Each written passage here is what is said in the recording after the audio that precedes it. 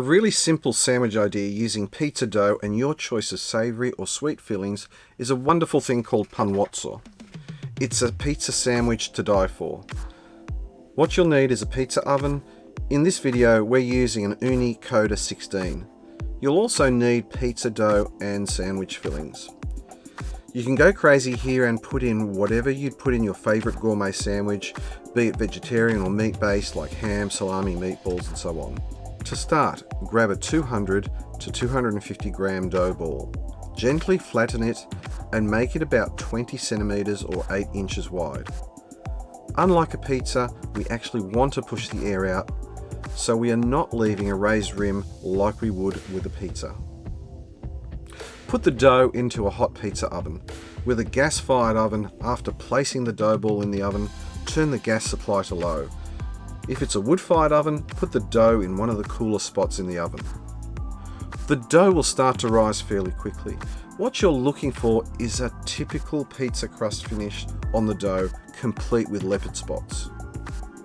If the base of the dough is cooking faster than the rest of the dough, then use your pizza turning peel to lift the dough off the pizza stone. Don't raise the dough too high, otherwise it will start to burn on top from the hot air coming over the top part of the oven. Keep the dough close to the stone without actually touching the stone. And this is what the Panuozzo should look like.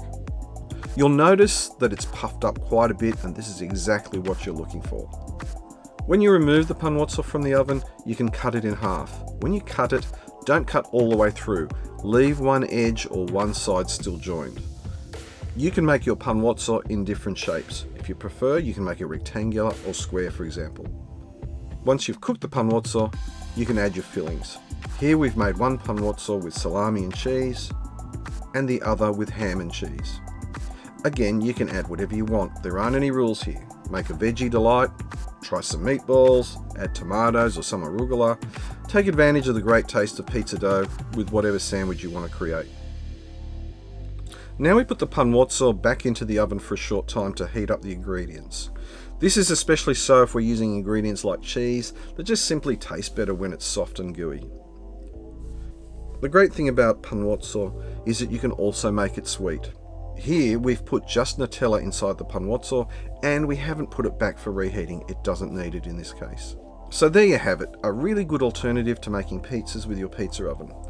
Tell us what you think in the comments below. I'd especially like to hear of your favourite fillings for Panuozzo. If you've liked this video, please hit the like and subscribe buttons. Share the video with your friends and don't forget to hit the bell icon to be notified of when we upload new content. I'm Andrew from Food Good, with the grateful assistance of Emiliano Maturo. Thanks for watching.